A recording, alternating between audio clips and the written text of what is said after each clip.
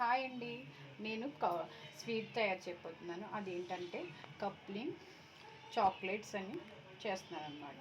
దానికి కావాల్సిన పదార్థాలు ఈ కప్పుడు బెల్లం, కప్పుడు కొబ్బరికూరు, కప్పడి సోడిపిండి అది చూపించాను కదా. ఇప్పుడు స్టవ్ వెలిగించుకొని కప్పుడు బెల్లం, కొన్ని నీళ్ళు వేసుకుని ఆ బెల్లాన్ని బాగా ఇలా పాకం వచ్చే వరకు పట్టాలి.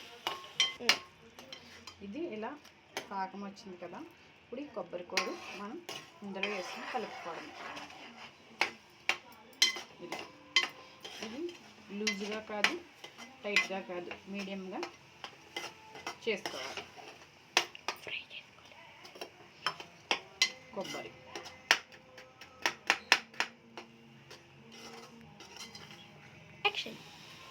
చూడండి ఇలా అయిందనమాట.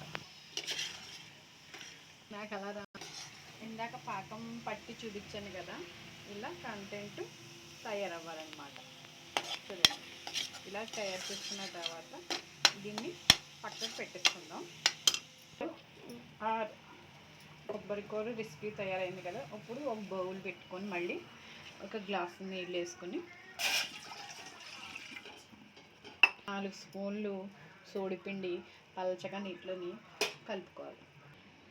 4 స్పూన్లు సోడిపిండి వేసుకున్నాను అన్నమాట.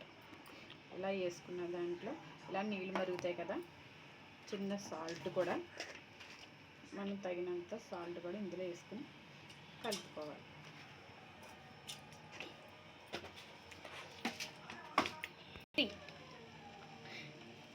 ఇలా బాగా కలుపుకోవాలి. గట్టిగా కలుపుకొని ఆ నీళ్ళు మరిగిన తర్వాత దాన్ని ఇందులో గట్టిగా కలుపుకోవాలి.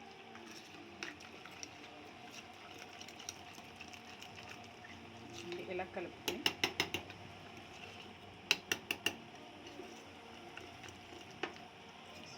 ఓ మాదిరిగా పలచగా చేసుకోవాలి.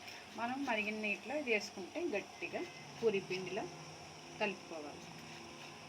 అది చల్లారిన తర్వాత దాంట్లో ఇప్పుడు వాటర్ మరిగింది కాబట్టి ఇది 4 స్పూన్లు సోడిపిండి ఇలా పలచగా కలుపుకోవాలి. ఇది కలిపిన తర్వాత నీళ్ళు మరిగినాయి కాబట్టి ఇప్పుడు ఇందులో ఇది మనం వేసేస్తాం. ఇది బాగా పూరి పిండిలో గట్టిగా అయిపోవాలి. ఒకవేళ సరిపోతే పిండి వేసుకుని మనం గట్టిగా కలుపుకోవాలి. Mixing mixing mixing mixing mixing mixing mixing mixing mixing మనం ఇప్పుడు స్టవ్ కట్టేసుకొని ఇలా ఇంకా గట్టిగా మనం కావాలనుకుంటే పిండి వేసుకుని పూరి పిండిలా ముద్దగా కలుపుకోవాలి. అది కొంచెం మనం వాము వేసుకుని చేసుకుంటే మంచిది.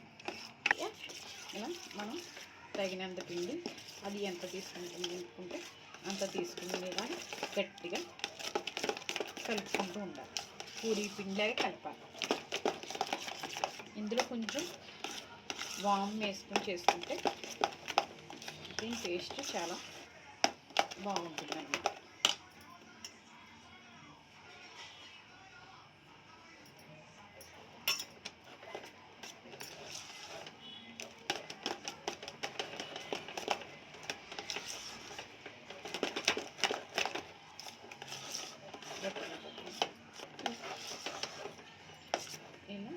కలుపుకోవాలి.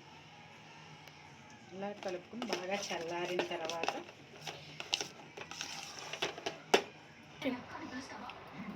ఇలా ఉండ చేసుకోవాలన్నమాట. ఇలా ఉండ చేసిన తర్వాత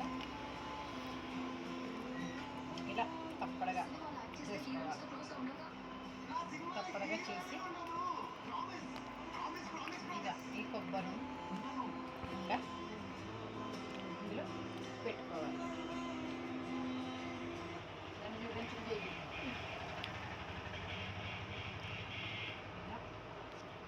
ఉండలా చేసుకోవాలి.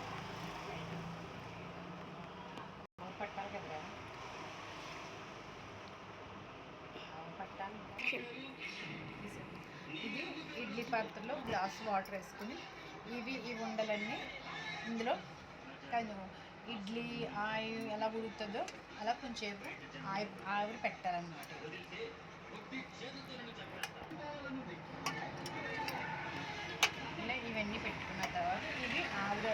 మీకు చూపిస్తాను ఫ్రెండ్స్.